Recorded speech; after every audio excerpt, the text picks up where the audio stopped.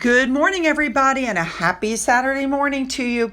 Yes, we are continuing with the one video format. I do not know if it's going to continue past the New Year's. That depends on what YouTube does. I am monitoring it, okay? All right, I just have one or two royal things to cover, and then we're going to get into our big story for today, which is all about Harry and Better Up. And you guys know that for people who might be new to the channel or who might have forgotten small details, I usually give a quick recap very fast, and then we get into the story, and that's what we're going to do here as well. So hang on to your hats. Here we go. Before we jump in, I want to say a big thank you to everybody who sent me a card. Since I don't get family cards, these meant so much to me. That adorable one in the bottom with the gold and the flower on the front was handmade. And I want to give a big thank you to Liz for the envelopes. Her mother passed. She said her mother was a collector, and she sent me these collectibles to put, with my other stuff. Absolutely fabulous. Thank you so much.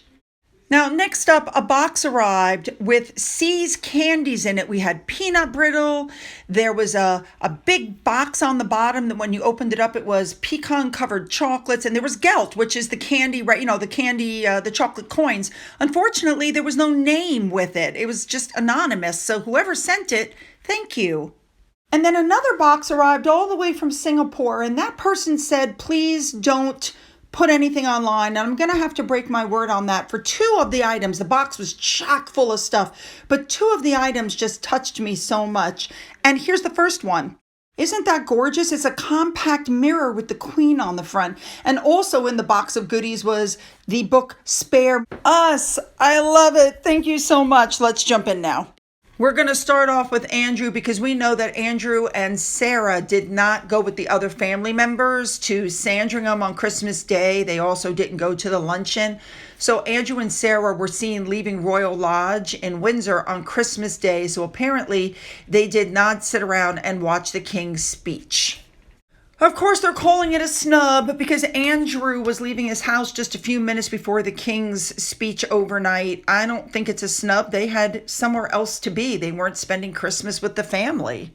So after spending the day alone with Andrew, Sarah went on Instagram and sent a message out thanking everybody for their kindness and support. She made a point during the video of having the Queen's corgis there. Little subliminal message. And in the video, Sarah said that this was the season of reflection and offered a huge embrace of goodness to all of her supporters. I mean, she actually said, it's a time of reflection, and I just want to say thank you and a huge embrace of goodness and kindness to those of you who have been so kind and supportive. People all over the world who are feeling low or sad can just take some joyous bubbles from us here. We're sending you so much. Keep showing the light, turning to the light, and finding the joy, and say thank you. I really think that's so important, so thank you. Well, I think it's nice that Sarah, decided to stay with Andrew. All right, let's move on.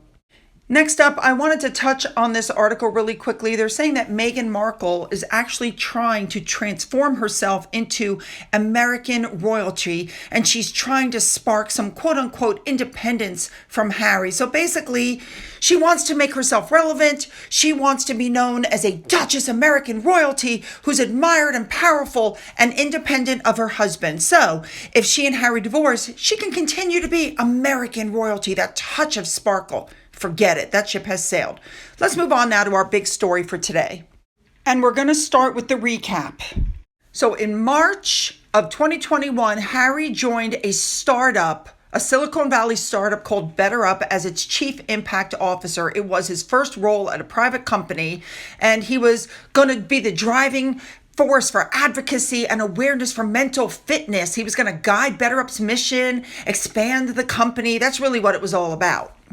That's right. They hired a man who readily admits to using marijuana, cocaine, magic mushrooms, and alcohol on a regular basis for their mental health fitness. Remember, Harry said it wiped the windshield clean. He recommends the drug use, and yet this is who is supposedly influencing your children. Almost immediately, Harry put his foot in it by telling people that if their job didn't bring them joy, just quit. He said, and I'm quoting, "Many people around the world have been stuck in jobs that didn't bring them joy, and now they're putting their mental health and happiness first. This is something to be celebrated." So obviously, this is coming from a man who's never really had to have a job, who's never had to worry about putting food on the table, putting clothes on the backs of his children. No, tell these people to quit. How happy do you think they would be when they can't put food on the table? People absolutely roasted him. They did. They were like, "You're a multimillionaire. You've never held a proper job in your life. You've never had to worry about paying bills. So quitting jobs brings joy and it's good for self-awareness. Could somebody please make it stop?" Somebody actually wrote. Could you imagine taking job advice from a literal prince who lives in a $14 million mansion, has millions in the bank, and no proper job? Exactly. So if anything, I think that actually showed that he was absolutely not qualified for the job that they were paying him close to $1 million a year for. You guys get it? Then I believe it was February of 2022, Harry put his foot in it again, telling businesses to give everybody time to focus on themselves and talking about his burnout. Remember, he only works an hour a week for Archwell. This is what he said, and I'm quoting, "From an employer perspective, you can't expect your people to put in the work on themselves when you're not giving them time to do the work for inner work. So when bad things happen, there's a lesson here. I'm being schooled by the universe. That's something for me to learn." Please remember, at this time, the bullying allegations had already come out and more information was coming out. And then, of course, later on, we found out about the people thrown over their desks. So they can't even keep staff. The backlash for his comments was once again pretty bad because people noticed that he's never really had a proper job. All he did in the UK was run around, shake people's hands, cut ribbons, go on vacations, bop around on private jets. He really didn't know what he was talking about. Remember, this is a man that has been over-therapied. He's been in therapy for 15 years over the death of his mother, and still he whines on about it. Anyway, one of the people he was teaming up with was Serena Williams. It was at this point Serena Williams came on and claims that Harry is her life coach, and he's always been able to solve all of her problems. She said sometimes all you need is just somebody to talk to. Well, if that's the case, then you don't need Better Up. Let me tell you how good Harry was at this. He couldn't even speak on his own. He had an earpiece in. That's right. He was being fed on camera what to say. But he's such a great life coach. The more Harry talked, the more people just shook their heads and said there's something wrong with this guy. Absolutely. You're looking at a man who doesn't hold a job, who was an employer, who treated his staff so badly they were reduced to tears, throwing themselves over their desks. And here he is trying to talk about mental fitness. So nobody was listening to Harry anymore, and he became the butt of every joke. But then the next thing happened that had people just shaking their heads. That Better Up has now been used instead of the original group that was there for mental health services for the Invictus veterans. Keep in mind that this is not mental health counselors. These are simply life coaches. These are people that simply help you organize your life. They have no credentials. And I'm not the only one who noticed that this was a massive conflict of interest. Then Better Up put out a statement that they're going to give access to 500 members at no cost to the individual. No cost to the individual means they're being paid by somebody else. Who are they being paid by? More than likely, Invictus. So that means donations. It was very obvious that this was a massive conflict of interest and that Harry was taking advantage of physically and mentally damaged soldiers. Invictus then put up this notice that said, go ahead and register so you can benefit from professional coaching. Please notice, though, what it says at the bottom. This is not therapy or treatment for medical or physical health. So what exactly is it for then, except organizing people's lives? So the next thing that we heard was that they had hired and fired a bunch of VPs and that nobody at the company really even knew what the heck Harry did there to earn his $1 million a year salary. So the next thing is that they started doing some funky stuff with the coaches. They started demanding they do extra work, unpaid. They started rating them on a very unfair rating system. And a lot of the coaches said their hearts are broken, that, they're working really hard and they're not getting anything for all the effort they're putting in. Essentially what they did was they put in place a new rating system which rates coaches on what their clients say, how well their coaches help them. And one of the coaches came out and said, I want to just take care of my clients. I don't want to worry about how they're going to rate me, how they're going to hit the like button or not. There was such an uproar that Gettr Up rolled back what they were going to do. And they're trying to put another plan in place. But people are saying, you know what? Just the fact that they rolled it out in the first place put a bad taste in my mouth. Now, the next thing that happened was they released a film with Harry and some other people in it where they talked about, what Gettr Up was doing for them. First, Harry got on there and said to people, what does the term mental fitness mean to you? And then people came on and made comments like, one person said it's the ability to keep yourself sane. Another person said it's peak cognitive and emotional functioning. And then one guy looks up and goes, if you don't have mental fitness, then you cannot maintain peak performance. By the way, Harry still calls the brain a muscle. We have to exercise our muscle. The brain is not a muscle. The brain is an organ. Comments afterwards were brutal. One person said, these are comments coming from a man who talks to his dead mother, and that it said that his dead mother left William and is now with him. Somebody else asked how long he was going to use the death of Diana as a talking point because he makes it sound like he's the only person in the whole world who's ever lost a parent at a young age. Harry continued to go to these summits, and what he was accused of was running a toxic boys club where people were discouraged from speaking out if they noticed that something was wrong. It was reported that basically employees were told to keep your mouth shut, keep your head down, and don't get on anybody's bad side if you want to keep your job. It came out that nobody would go to HR because that's too close to the leaders, and it was an absolutely toxic work environment. Employees claimed that, quote, the inner circle was impenetrable because of how incestuous the leadership was, that they lie, play games, test, watch, spy on employees, and it has a very nasty underbelly. By August of 2023, Gettr Up laid off 16% of their staff.